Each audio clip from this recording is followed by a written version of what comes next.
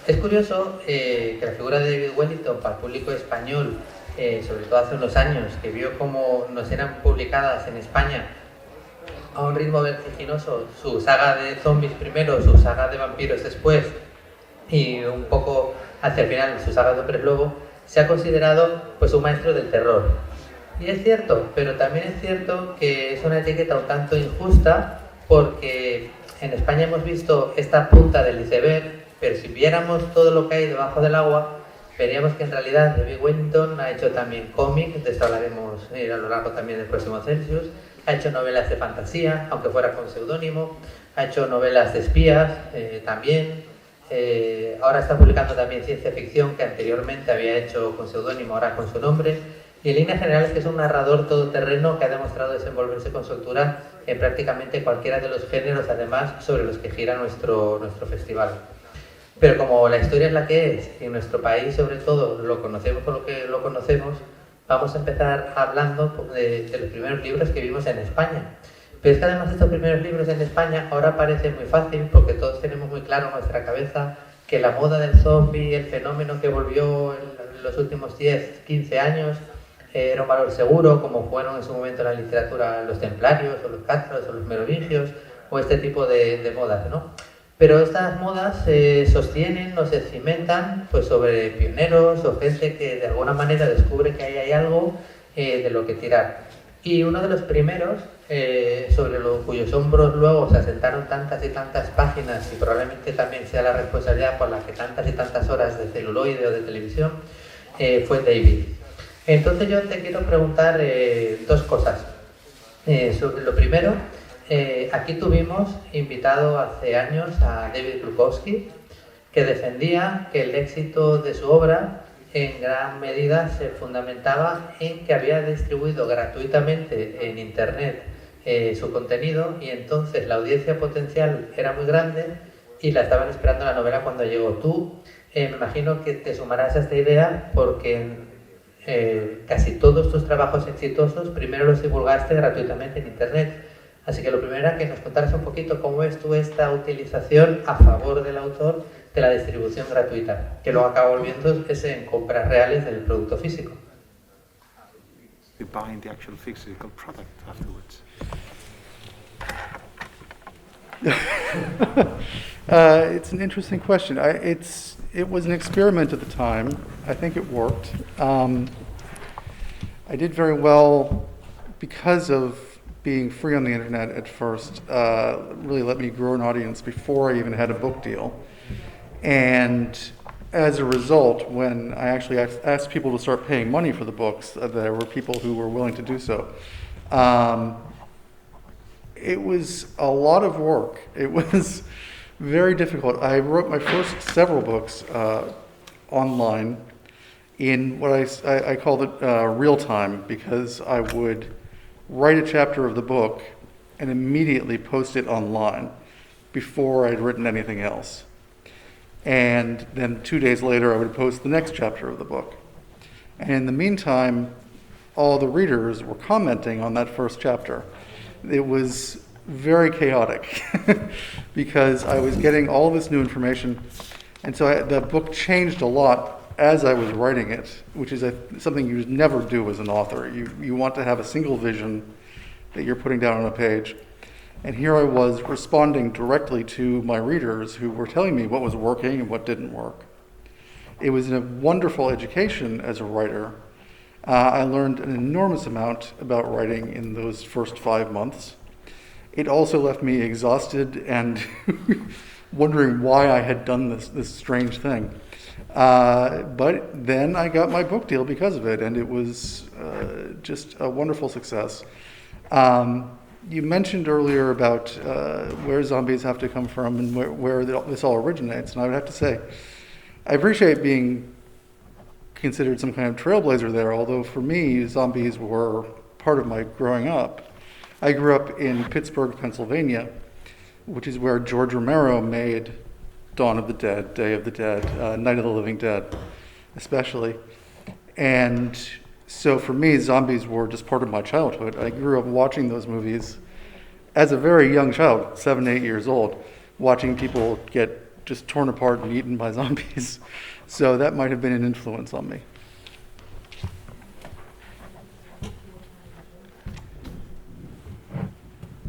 La verdad es que fue un experimento bastante interesante el que realicé en aquel momento. Más que nada es algo que salió bien desde el punto de vista creativo porque tenía la libertad total de estar en Internet escribiendo sin que nadie me dijera absolutamente nada y haciéndolo a mi manera. Todo esto lo hice antes de tener un contrato para la publicación de un libro. Tuve bastante éxito, había interacción con los lectores y el resultado es que cuando les empecé a pedir que pagaran por aquello que les había ido dando gratis hasta entonces, sí que hubo alguna que otra dificultad. Fue mucho trabajo convencerles de que lo hicieran. Además, mi proceso de trabajo era el siguiente. Al principio yo escribía en lo que llamaba escritura en tiempo real. Es decir, escribía un capítulo y si no tenía el capítulo lo colgaba online. Y no volví a colgar online nada hasta que no tenía el siguiente capítulo listo. Cada par de días más o menos iba subiendo un capítulo a la web. Y mientras tanto, en ese par de días, los lectores hacían sus comentarios, decían lo que les parecía. Era todo un proceso bastante caótico. El libro va cambiando según lo vas escribiendo, lo hagas haciendo caso a los demás o no. Pero normalmente el escritor lo que hace es tener en cuenta únicamente su visión. Es la única visión que hay en la página, la del escritor. Y el problema es que si vas respondiendo a los lectores, vas dejando que influyan en el producto que estás creando. Fue un proceso muy educativo, fue un proceso formativo extraordinario del que aprendí muchísimo. Pero después de 5 meses haciéndolo, estaba absolutamente agotado y preguntándome por qué me había metido en un experimento tan raro. El caso es que ese experimento me llevó a tener por fin un contrato de publicación y a tener un libro que tuvo bastante éxito. Y hablabas antes en la presentación, Jorge, de los zombies y de que tienen un punto de partida el fenómeno zombie y que hay pues, gente que va viendo camino. Para mí, los zombies forman parte de mi educación, forman parte de mí desde la infancia. Yo nací y crecí en Pittsburgh, en Pensilvania, y allí es donde George Romero rodó tanto El amanecer de los muertos vivientes como La noche de los muertos vivientes como El día de los muertos vivientes. Así que eso forma parte de mi infancia, forma parte de mi educación y lo de ver a gente a muertos vivientes comiéndose a otras personas, pues me parecía algo habitual y cotidiano. Sí, bueno, la gente dice que cuando una de las principales dificultades cuando eres tu jefe y escribes para ti y entonces lo puedes subir a online cuando quieres, es precisamente la regularidad. Y es que yo creo que pocos ejemplos ha habido como tú de lo contrario, de autor disciplinado. Tú decías, los lunes, los miércoles y los viernes vais a tener entrega y además la voy a hacer y nada más os la doy como esté antes de hacer otra cosa. No suele ser muy habitual este nivel de compromiso entre el escritor y más antaño, que era casi experimental, ¿no? y ahora me imagino que también esta disciplina ha sido algo esencial a la hora de poder producir tanto y de estar siempre ahí al pie del cañón editorialmente hablando.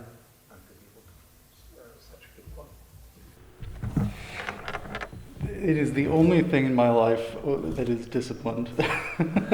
It is the only thing in my life that works on such a schedule. I have found that I cannot hold a proper job. I have found that I am very difficult to pin down to a schedule. But when I start writing, it is a thing that possesses me. It is, a spirit comes over me, and I just start typing, and the hours fly by. I have never had a problem making myself write. I get writer's block like anybody else, but there's always something that I can work on. Pues lo cierto es que es lo único en lo que soy disciplinado en mi vida. Me puedo tirar horas trabajando cuando estoy escribiendo, pero eso no me ocurre o no me ha ocurrido con trabajos convencionales. No se me da nada bien lo de ceñirme a una planificación o un horario laboral concreto. En cambio, cuando me pongo a escribir hay algo que me posee.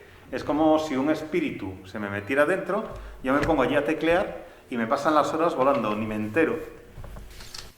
Bueno, pues evidentemente los zombies formaban parte de tu educación sentimental como escritor, como persona, como espectador, pero de repente decides que vas a escribir tu obra de zombies, ¿no? Y así nace Zombie Island, que posteriormente fue Zombie Nation y luego Zombie Planet.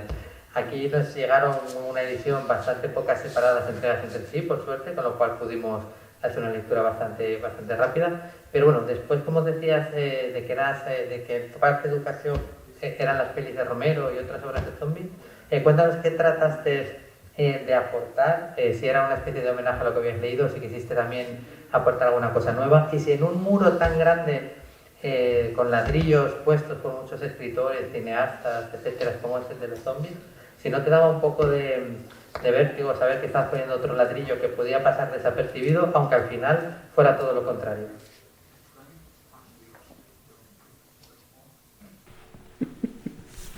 Sí. Yes. So it was it scary to write zombies knowing the incredible movies and books that had come before? Absolutely. Imposter syndrome is something everyone faces, not just writers, I think. We all come into this world as small children thinking, how can we possibly join this adult world and become these, larger-than-life figures that we see when we grow up? And the answer is you just have to stop being afraid. You have to decide that you're going to take the chance, because you may fail, and many people do. I certainly have failed many things in my life. But if you don't take the chance, you never find out. I know that sounds very easy. It is not. It is very difficult to look at a blank page and say, what am I going to say that no one has said before? And it helps to know that you can't do that you will always be standing on someone else's shoulders. But yes, I understand the fear of imposter syndrome, but it is really just, everyone has a right to say what is in their heart, I believe. And everyone should have a chance to speak their truth.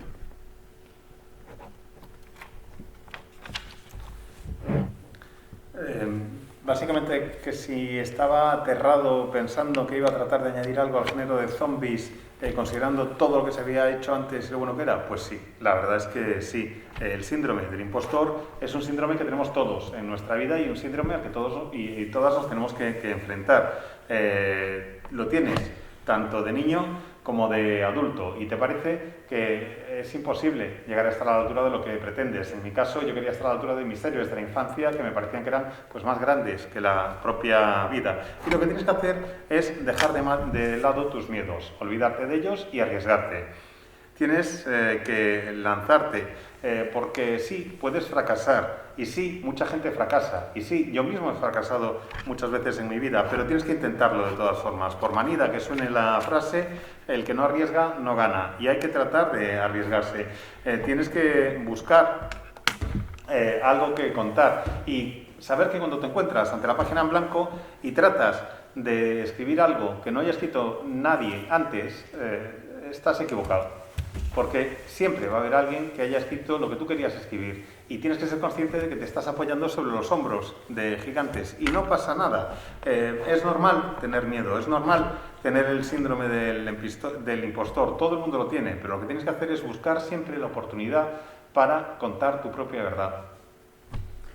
Y de esta primera novela, la primera de la trilogía de Zombie Island, hay partes de la estructura que se entienden directamente haber sido publicadas en internet primero, ¿no? Tipo los capítulos cortos, pues tipo el lenguaje pues directo, una acción que en cada capítulo, pues si no has leído los anteriores o todavía y pretendes que leas los siguientes el lector, pues que le enganche en cada uno de los capítulos, ¿no? Lo cual hace muy trepidante.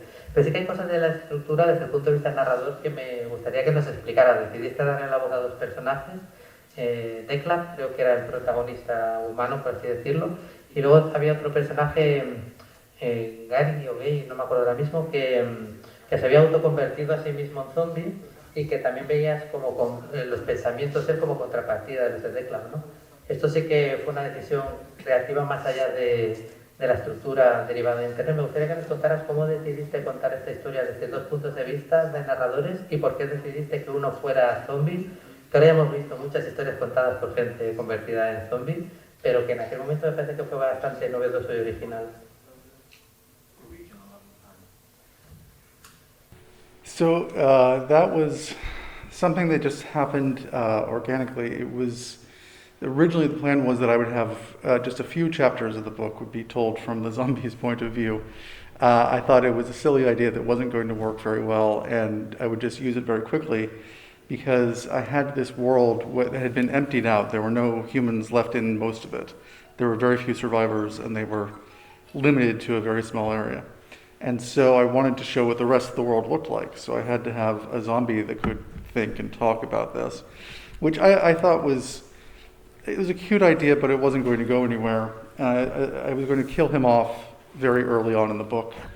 And then the readers who were commenting on each chapter absolutely loved that character. They thought that was the best thing ever, the zombie who could think and talk. And they convinced me that that had to be a major part of the book. This is not how I recommend writing a book. You should absolutely know how the book ends before you start writing it, except when you don't. And this time it worked.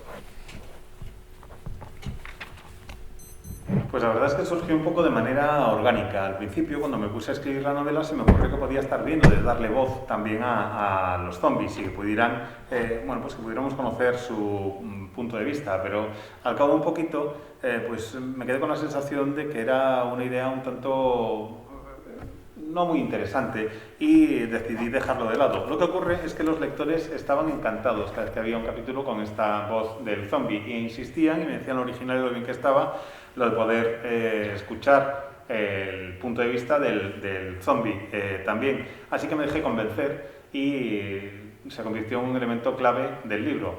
No os recomiendo, por cierto, que un elemento clave del libro surja así y que os obligue a replantearte todo lo que replantearos todo lo que teníais entre manos. No os recomiendo escribir así, como digo, tienes que saber el final del libro cuando te pones a escribirlo. Menos claro aquellos casos en los que no lo sabes. Para mí, la obra de Davis que más me ha gustado, sin duda, es la pentalogía, por así decirlo, de vampiros, ¿no? Además, también, otra vez vuelve a ser ese momento correcto, ¿no? O concreto para que el vampiro, como amenaza letal, como monstruo sanguinario, se abriera paso en un momento en el que pues, estábamos más predominados por vampiros de los que te pondrías su foto en la carpeta cuando vas al Insti, que de los que tendrías pesadilla por la noche, ¿no? Lo cual está guay, pero para los que nos modelaba pues el vampiro como amenaza, pues no era lo mismo realmente.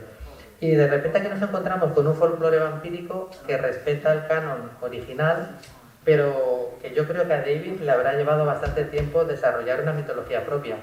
Así que ahora me acuerde, por ejemplo, en los libros de David, los vampiros pueden transformar a otros en vampiros, pero este tiene que aceptarlo y luego suicidarse. Y también había el hecho de que durmieran en ataúd era porque ellos como que cada día se regeneraban enteros, o sea, morían del todo y el cuerpo volvía a aparecer de cero. Creo que en un campo también, con una mitología tan extensa, como pasaba en el caso del zombie, volver de nuevo a pensar le voy a dar una vuelta de tuerca y conseguir, porque aquí lo consigue todavía mucho más que en la de zombies, aportar ideas totalmente novedosas, me parece que sí que sería fruto de un trabajo previo mayor que en la primera trilogía de zombies, ¿no? So I always want to put my own spin, my own take on whatever I write. I want to take what is known, what is canon, and add a little bit, give it a twist. I think that's what makes a story really interesting, is not just telling the same stories that have been told 100 times before, but telling your own new story. And that's what I've always opted to do with my books. In this case, I was very specifically responding to the vampires of the time. This was before Twilight, even. But the Anita Blake books in America were very popular. Laurel K. Hamilton was the author. And the vampires in those books wanted to go on dates with the human women, wanted to tell them how beautiful they were and to, romance them. And I thought, that's not what I think a vampire is. To me, vampirism, it's a horrible curse. You don't want this to happen to you. And so I made my vampires as bloody and violent and disgusting as I possibly could, as an antidote to the romantic vampires. Now, of course, history has shown the romantic vampires won, and I lost. But I think the books are still good. La verdad es que es cierto que cuando me encuentro con una historia que tiene un canon, pues siempre me gusta darle un giro a lo que se está contando y añadir algo un poco distinto. Eso es lo que hace que sea interesante, eso es lo que permite que sea una historia pues más o menos novedosa. Y lo que yo hice en este caso fue responder a un cambio que se estaba produciendo en el canon del vampiro. Quise retomar el original y darle mi propio toque, porque los vampiros en aquel momento, y os hablo incluso de antes de Crepúsculo, se estaban convirtiendo en unos seres como muy dulces, muy románticos.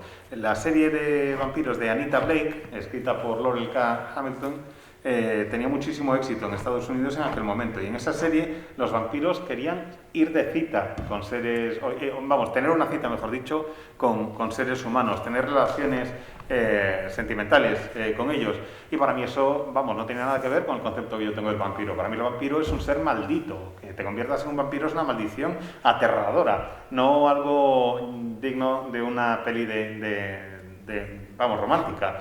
Así que traté de hacer que mis vampiros fueran lo más asquerosos y lo más violentos que me fuera posible. Estaba intentando crear una respuesta, una resistencia ante el movimiento del vampiro romántico, pero bueno, como sabemos todos, lamentablemente perdí y el vampiro romántico ganó. A pesar de ello, creo que las novelas están bastante bien.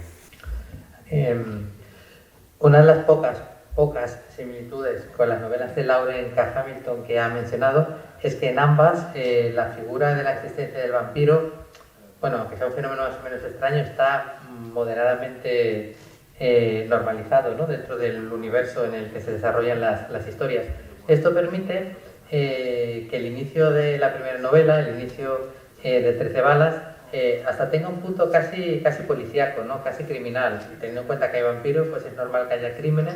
Y la novela se construye sobre un episodio criminal con un vampiro involucrado y una detective pues yendo a reunirse con un vampiro que había formado parte de un crimen anterior. Me llamó mucho la atención esta construcción del principio de la novela, siguiendo o arrancando desde el canon de la literatura policíaca, que también escribiste, y que finalmente pues acabará eclosionando en una novela de monstruos y, si quieres, de contagios.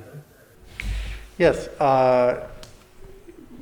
Growing up, I watched way too many movies where the police or the investigators or whoever would find body after body that had been drained of blood with 2 puncture wounds on the neck. And they would say, who could have done this? What could possibly have done such a crime? And it takes an hour of the movie before they even think, oh, maybe it's a vampire. I thought, why not cut out that whole first hour and get to the good stuff? So in my world, vampires exist. They were thought to be extinct, that all of them had been hunted down, but then it turns out there is one last vampire left, and she is making new vampires in a way that they cannot figure out. They can't figure out how to stop her. And so these new vampires appear, and the police are not baffled. They know what is going on right away. They just don't know how to fight it. And so they must turn to a very old vampire hunter who has been doing this for a long time. And that is where the story comes from. De niño vi muchísimas películas en las que la policía se encontraba pues cadáver tras cadáver a los que no les quedaba ni una sola gota de sangre y que tenían 2 heridas punzantes, o sea, 2 perforaciones en el cuello, y de repente decían siempre, ¿quién puede haber hecho esto? ¿Cómo lo habrán hecho? Y claro, se tiran toda una hora hasta que de repente a un policía dice, a lo mejor ha sido un vampiro.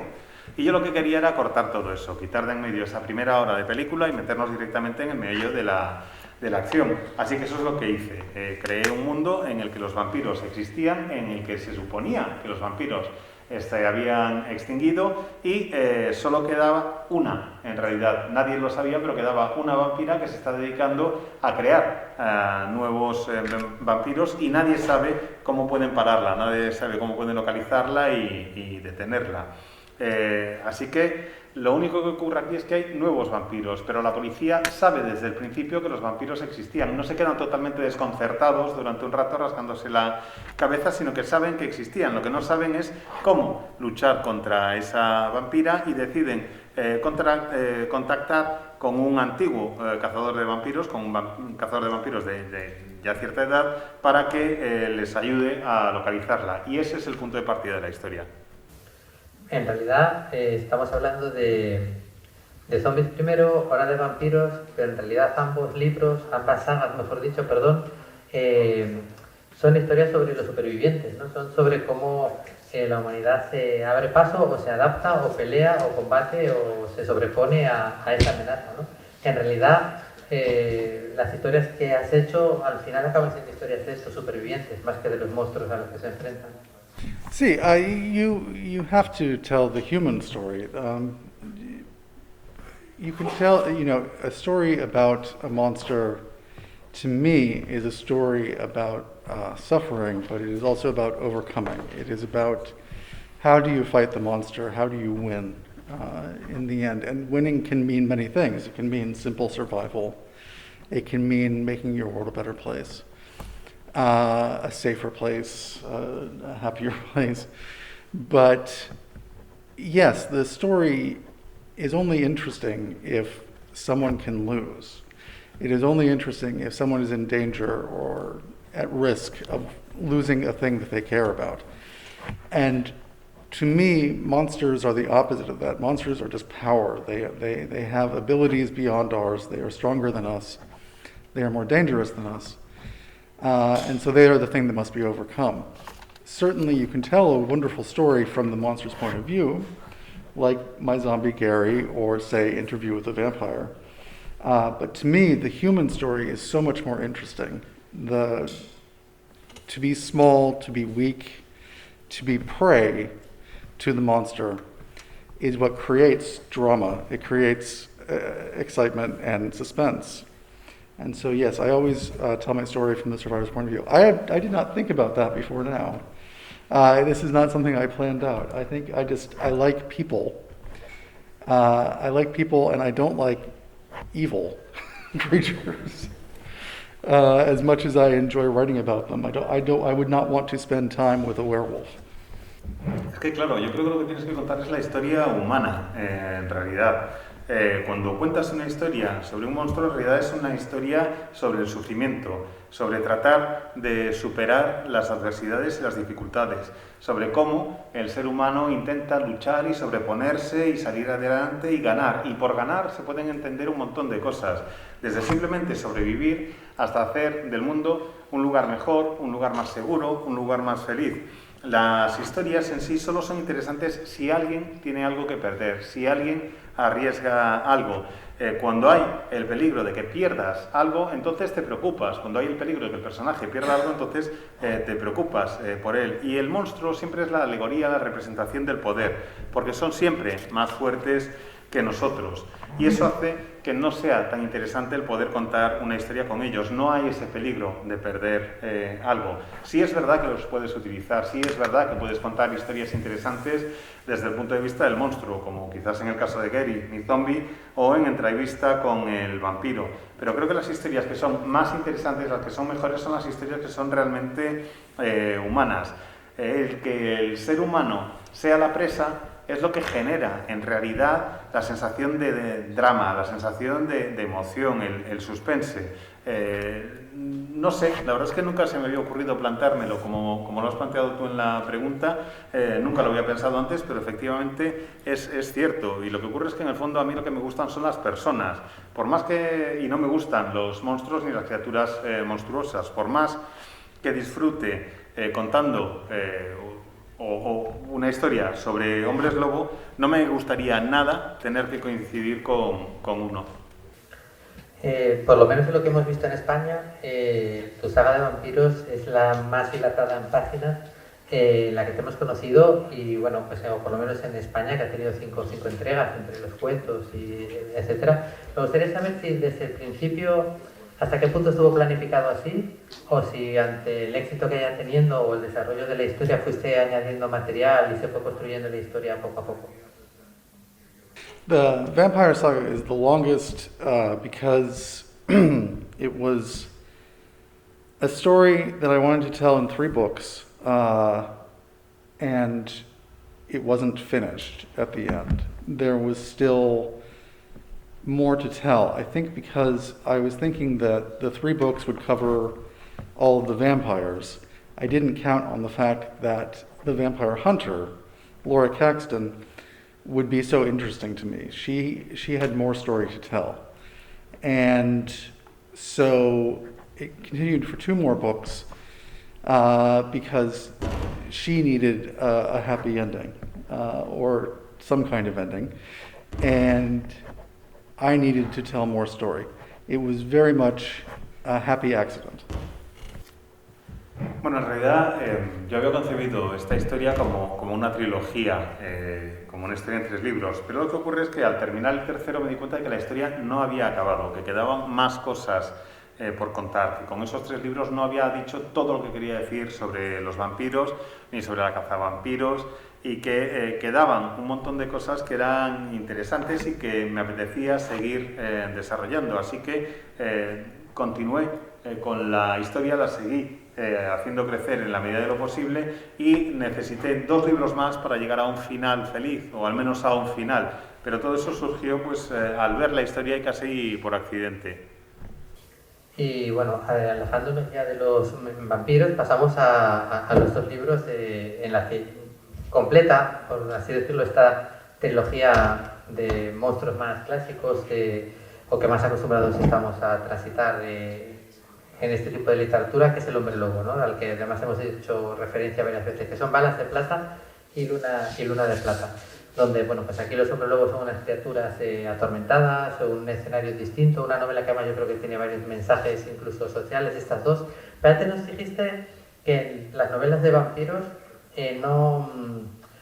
las pensaste como una trilogía y finalmente se extendió. En la publicidad que nos llegó de Balas de Plata, por lo menos en España, se vendía como la nueva trilogía y finalmente acabaron siendo 2 libros. Me gustaría saber si eso fue una cosa de la publicidad aquí y algún error de traducción o si realmente estaba pensada como 3 y finalmente decidiste que la historia ya estaba mejor contada en 2. It was supposed to be 1 book. No, I never intended to write a sequel. It was 1 book.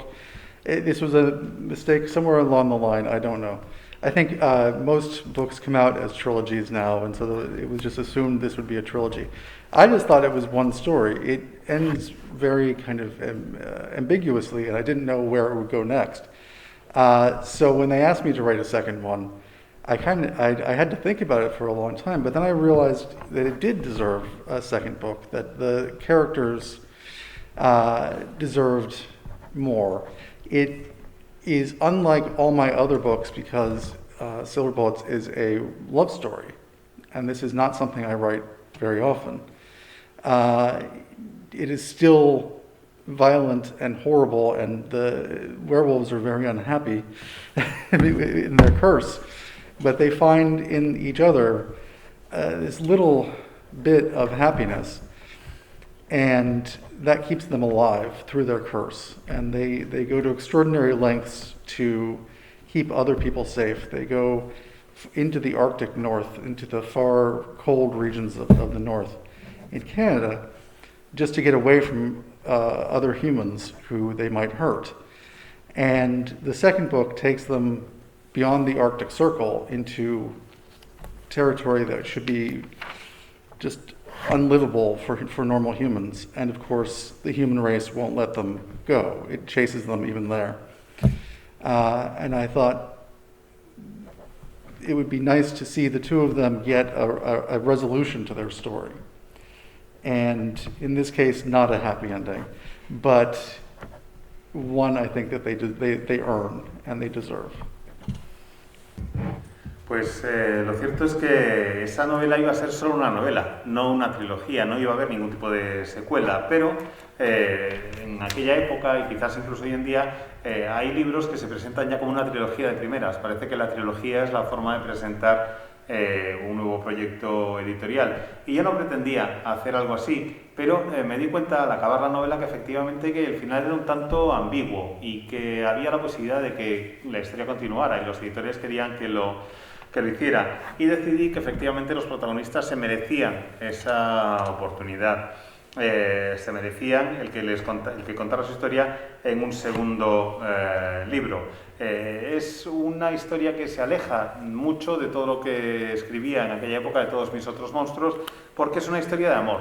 No me malinterpretéis, sigue habiendo muchísima violencia, los hombres lobos son terribles, pero en el fondo es una historia de amor y no es algo que yo escriba con tanta frecuencia ni con lo que me sienta tan cómodo. Así que me sorprendió encontrarme escribiendo una historia en la que los dos protagonistas se encuentran dentro de la maldición, dentro de la situación en la que viven, pues un poco de felicidad en esa relación que tienen y cómo se esfuerzan por mantenerse a salvo el uno al otro y la otra al uno.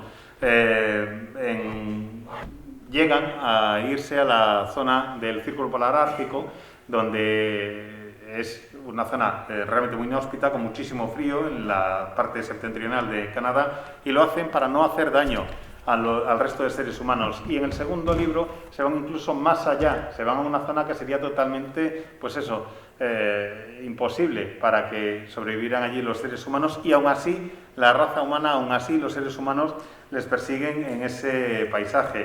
Y me gustó el poder contar esta historia en dos entregas, porque creo que puede resolver o dar una conclusión definitiva a la historia de los protagonistas. En este caso no es un final feliz, pero sí es el final que creo que se han ganado y sí es el final que creo que merecían.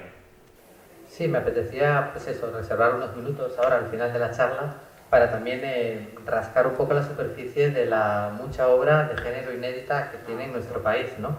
Y me gustaría tanto hablar de las novelas de ciencia ficción, de la trilogía de The Silence, que firmó como Nolan Clark, y de la trilogía de género fantástico, de fantasy, que firmó como David Chandler. Lo primero, que nos contara un poquito qué nos hemos perdido a la espera de que algún editor avispado las rescate en España, y por qué decidió firmarlas con seudónimo. Let me start with the pen name. It was not my choice. The publisher wanted to use the pen name. They were worried that fantasy readers would stumble on my horror novels and be scared. They thought they didn't want people to associate the fantasy novels and the horror novels with the same person. This was a terrible idea. The books, my audience didn't carry over, and it didn't do very well.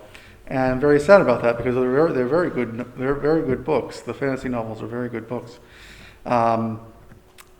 But they didn't get the audience they needed, and that bothers me. So I'm doing science fiction now, and that's much more successful because they're finally letting me use my own name again.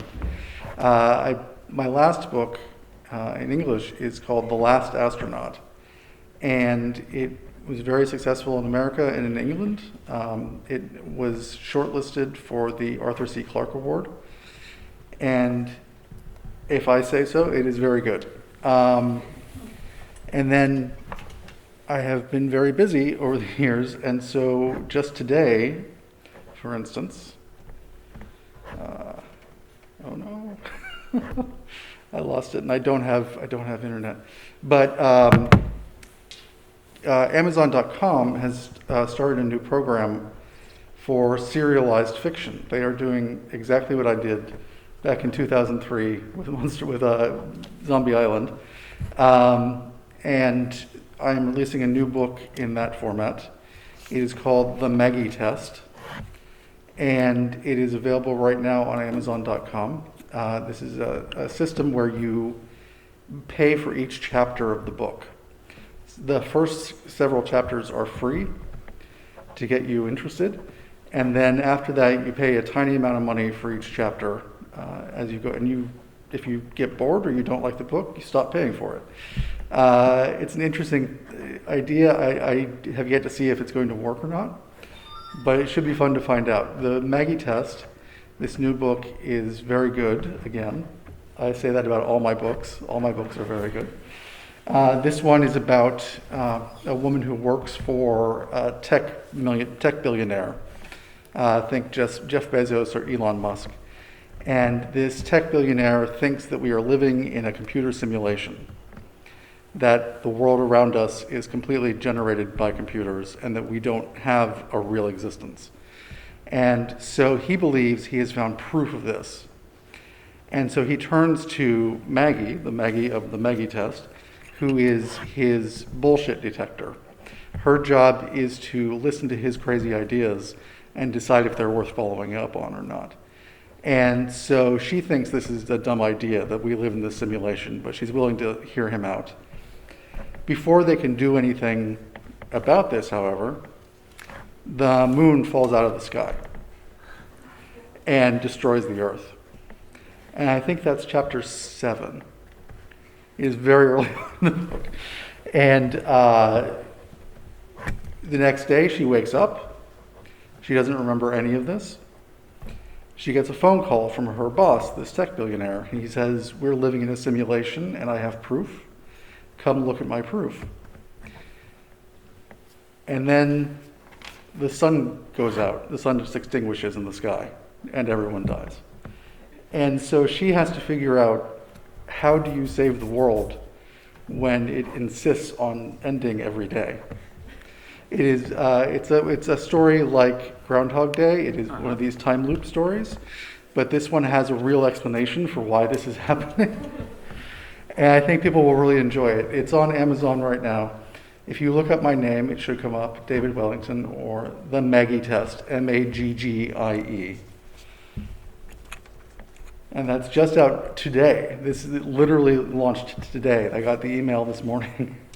I didn't even expect that to happen today. So that was very exciting. Bueno, pues lo cierto es que escribí varias de mis novelas con seudónimo por decisión editorial. Los editores, cuando me compraron los libros de fantasía, tenían miedo de que si los lectores de fantasía veían mis novelas de terror, pues no quisieran ni acercarse a ellas. Creían que iba a ser, bueno, que si se encontraban con mis novelas de terror iba a ser contraproducente. Así que me dijeron que tenía que firmar con seudónimo, porque no querían que se asociara mi obra con mi nombre.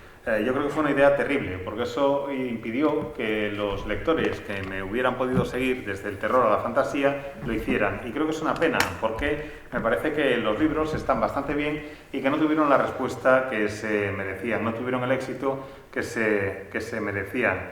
Y es como digo, una verdadera pena. Me parece que ahora en la ciencia ficción, ahora que ya por fin he conseguido que me dejen volver a utilizar mi nombre, eso va a tener un efecto positivo. Acabo de publicar un libro que se llama The Last Astronaut, el último astronauta, y en Estados Unidos ha funcionado bastante bien, ha quedado finalista para el premio Arthur C. Clarke, así que estoy bastante contento. Y lo cierto es que también en los últimos años he estado bastante ocupado escribiendo, haciendo varios proyectos, y hoy mismo ha salido uno que podéis comprobar en vuestros móviles, y es que en Amazon hay una nueva obra mía. Amazon ha lanzado una iniciativa para escribir obras de ficción por capítulos, un poco a semejanza de lo que hice yo en 2003 con Zombie Island. Y el proceso es el siguiente. Te dejan leer unos pocos capítulos del libro y luego empiezas a pagar por cada capítulo que leas y pagas una cantidad pequeña. Que te aburres del libro y no te apetece seguir, lo dejas y ya dejas de pagar. Pero has podido leer los primeros y has podido leer tantos como te interesen. Y en ese formato se acaba de publicar mi último libro, que es The Maggie Fest, algo así que sería como el Magifesto.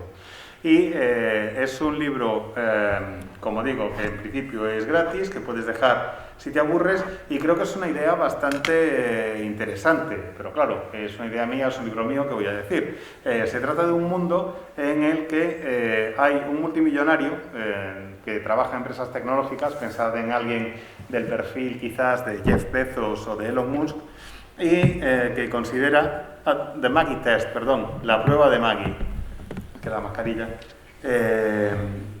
y que cree que el mundo es una simulación informática. que cree que en realidad vivimos en un mundo generado por ordenadores y que él es la prueba, él tiene las pruebas que lo pueden demostrar y está convencido de que lo va a hacer. Así que llama a Maggie, que es su asesora para detectar chorradas, básicamente cuando tiene ideas descabelladas, y le pide que le diga si le parece que es una idea correcta o no. Ella le dice que es una tontería, pero antes de que podamos acabar de ver la resolución de esta pregunta, resulta que la luna se desploma del firmamento y cae sobre la Tierra y mata a todos los que viven en ella. Y yo creo que esto ocurre como un poco más o menos en el capítulo 7.